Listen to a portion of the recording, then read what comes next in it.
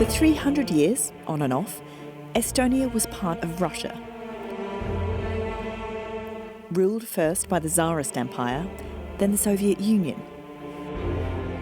Links between the two are many and deep. In fact, around a third of the people here have Russian as their first language.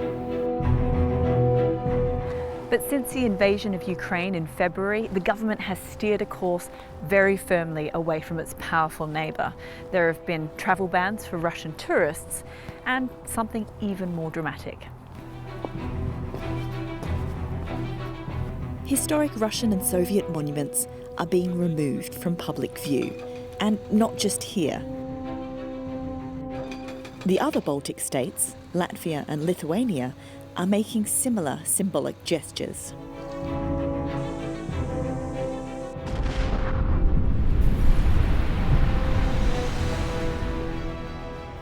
This was among the first, a replica tank commemorating Soviet soldiers killed during World War II.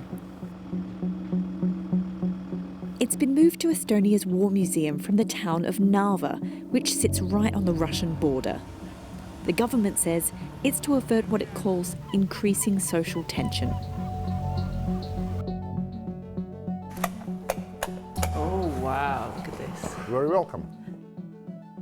The T-34 was produced from May 40s to 60s, more than 80,000. So it's extremely ordinary tank, nothing special. Wow, I mean, you say nothing special, but I mean, that is like a rock. That's why it is tank. Actually. Why do you think a museum is a better place for these sorts of objects? That's why the museums are created for, to keep the history. It's a question of symbols. And for our people, that is a symbol of occupation, that's a symbol of Soviet rule, and we want to turn the new page. As you can see, we not destroy it, we keep it. But the links are impossible to sever. So many of the big public spaces around the capital are Russian built. They're bold, architecturally distinctive, and pretty popular too. These days, the Peter the Great's seaplane harbour is a maritime museum, painstakingly restored. The foreboding Paterai Sea Fortress now hosts gigs and club nights. And Noblesna Port, Imperial Russia's vast submarine factory, is fast becoming Tallinn's new leisure district. As well as cafes, bars and new luxury apartments on the way, there's this, Proto. Its owners call it an invention factory. It's sort of an interactive museum.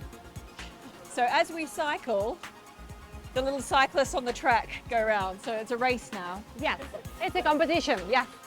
So tell me more about this incredible building. I presume it hasn't always hosted parlour games. Exactly this building, it was the foundry Wow. of the shipyard. Next to it was the coopersmith, then there were some storages, local power plant, the engine generator, workshop and assembly workshop, so huge area where the submarines were produced.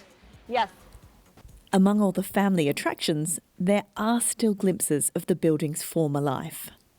This is a control panel to open the gate, which is Oh, here we this go. is exactly this giant gate. That is a giant gate. Yes, that was used to take the ships out of the foundry. Oh, right. So they bring them in and out here. Yeah. You'd press the button and they'd Yeah. rumble on up. So how do you feel about the Russian and Soviet monuments being taken down? Well, I believe that the monuments would not kind of like give a tribute to the regime, but they should preserve the history and the memory. In this case, the best place for the monument is in the museum. We have this place. This is a wonderful way of people to learn the history and to remember the history. So it's preserving the history, not celebrating the ideology. Absolutely right. These spaces are being lovingly restored. Money and hard work have been spent to make them attractive. Some haven't had that treatment, but have become popular nonetheless. This is Rumu. It was one of a string of Soviet-run prisons that used to stretch across Estonia. It's got quite a grim backstory. That's all history now, right? From their arrival in 1940, the Soviets used prisoners here to mine and process limestone from the quarry. When Estonia regained its independence in 1991, the site was abandoned and reclaimed by rising groundwater. Today, it's become popular with swimmers, divers and snorkelers. So, what can you tell me about this building and what it would have been when it was a functioning prison? Prisoners were working on all positions. They were working in this building, they were working in a mine where they were digging out the material. They were also working as the ones who were making the explosions to get the material off. So most probably they are the reason why this quarry was floated.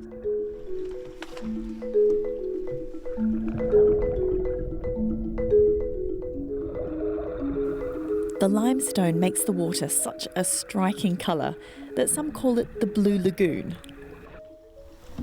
I think the most precious places here is the visibility. As you see today, we can see almost like 5-6 meters, 4 for sure. And every time I go diving here, I see something new. There's a complicated legacy of this place given its history. I think the persons that were staying in this prison, for sure, they don't want to come back here. But for the rest of us, it's mainly the place we can spend the summertime or enjoy the water because it's really warm and it's really good visibility here and we can see everything inside.